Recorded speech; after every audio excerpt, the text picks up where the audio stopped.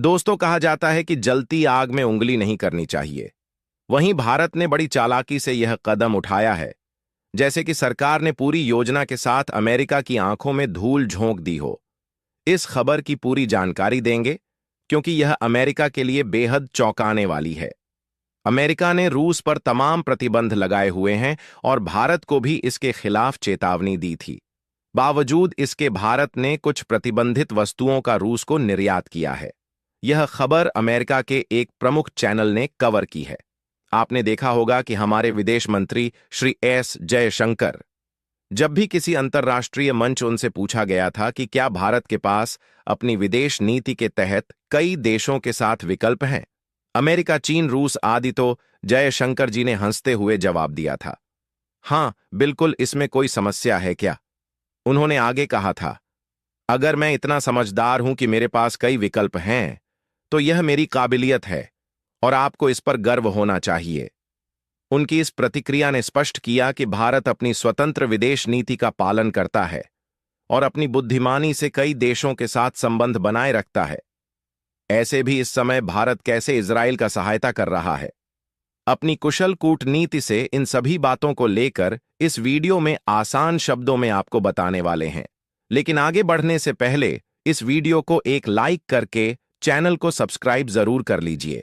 हालांकि यूक्रेन के संघर्ष के बीच भारत का रूस के साथ संबंध अमेरिका को खटक रहा था।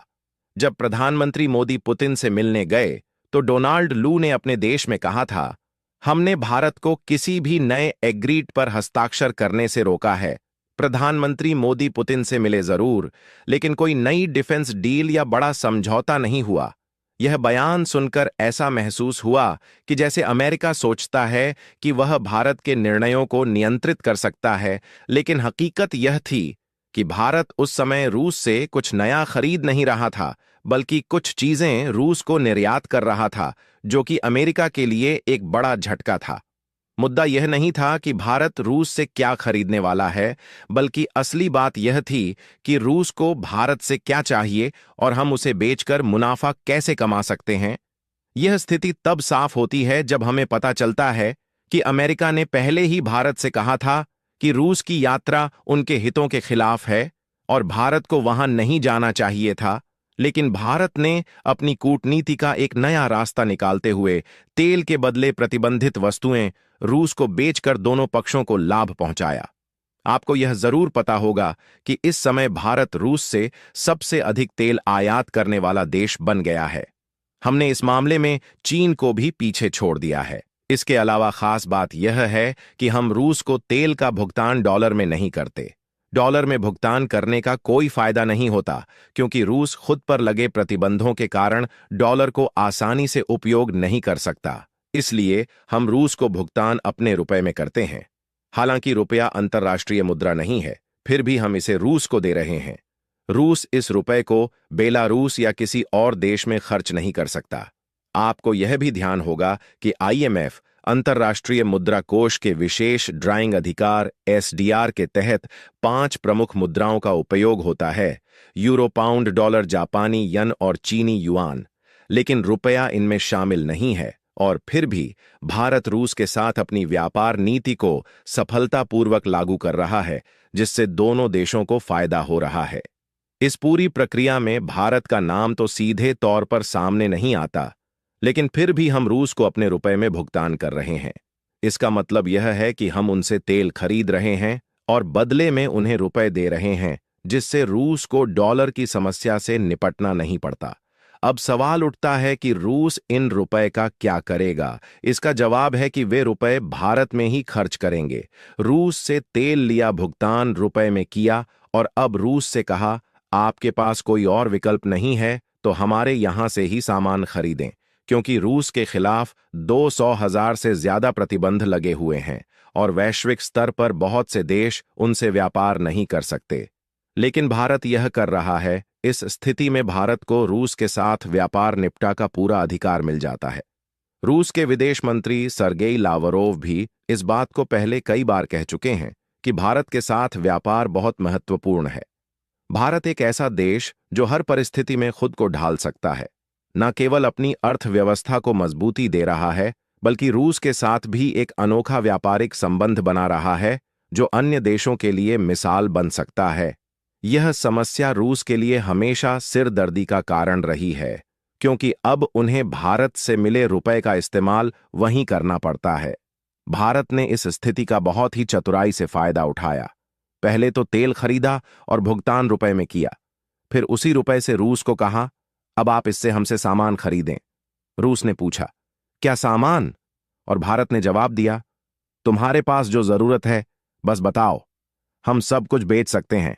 हद तो यह हो गई कि भारत ने रूस को वेपन्स के लिए जरूरी सेमीकंडक्टर्स, सर्किट्स और अन्य उपकरण यहां से तैयार करके भेज दिए। एक तरफ रूस दुनिया भर के प्रतिबंधों से जूझ रहा है और दूसरी तरफ दुनिया भारत पर नजर रख रही है कि कहीं हम रूस से और हथियार ना खरीद ले, क्योंकि भारत की मिलिट्री का एक बड़ा हिस्सा रूस पर निर्भर है। लेकिन भारत ने रणनीति बदल दी और कहा, रूस, तुमने बहुत सारे हथियार इस्तेमाल किए। यूक्रेन के खिलाफ युद्ध लड़ते लड़ते 3 साल होने वाले हैं। तुम्हारे पास भी गोला बारूद खत्म हो रहे होंगे और तुम्हारे हवाई जहाजों को भी रख रखाव की जरूरत होगी। भारत ने बड़े ही सधे तरीके से रूस की जरूरतों का फायदा उठाकर अपने उत्पाद बेचना शुरू कर दिया, जिससे दोनों देशों के बीच व्यापारिक संबंध और भी मजबूत हुए। अगर रूस को मिसाइलों या अन्य उपकरणों में किसी प्रकार की तकनीकी दिक्कतें आती हैं, तो भारत ने बड़ी ही चालाकी से उन्हें अपने आवश्यक कच्चे माल की आपूर्ति करनी शुरू कर दी है। आपको जानकर हैरानी होगी कि रूस को अपनी मिलिट्री डिवाइसेस पोर्ट की जा रही है। एक मीडिया रिपोर्ट्स के अनुसार भारत रूस को प्रतिबंधित तकनीकी सामानों का दूसरा सबसे बड़ा आपूर्तिकर्ता बन गया है। चीन तो पहले से ही मैन्युफैक्चरिंग हब के रूप में जाना जाता है, लेकिन भारत का इस लिस्ट में दूसरा स्थान हासिल करना काफी बड़ी बात है।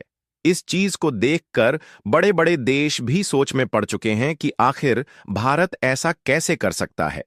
भारत ने यह मुकाम कैसे हासिल किया जो कल तक भारत दूसरे देशों पर आश्रित था, किसी भी हथियार, किसी भी वेपन्स के लिए आज। लेकिन भारत खुद के मैन्युफैक्चर करके हथियार डेवलप कर रहा है। आखिर भारत के पास ऐसी तकनीक आई तो आई कहां से, और जो भी कच्चा मटेरियल है वह भारत के पास कहां से आ रहा है? इन सभी को सोचकर कई बड़े बड़े देश घबराए हुए हैं, क्योंकि उन्हें पता है यदि भारत इतना शक्तिशाली हो जाता है तो अमेरिका, चीन जैसे देशों को नाक के चने चबाने पड़ जाएंगे, और भारत भी इसी वजह से अपने ऐसे ऐसे हथियारों को डेवलप कर रहा है जिसकी तकनीक सिर्फ और सिर्फ भारत के पास ही रहेगी, किसी और देश के पास नहीं होने वाली है। भारत लगातार अपने हथियारों के जखीरों को बढ़ाने में लगा हुआ है। क्या भारत दुनिया का सबसे शक्तिशाली देश बन पाएगा? इस पर आप लोगों का क्या मानना है? अपनी राय कमेंट बॉक्स में जरूर दें। यदि वीडियो पसंद आया हो तो वीडियो को लाइक करें और अपने चैनल को सब्सक्राइब करें। मिलते हैं एक नए वीडियो में एक नई जानकारी के साथ। तब तक के लिए धन्यवाद दोस्तों।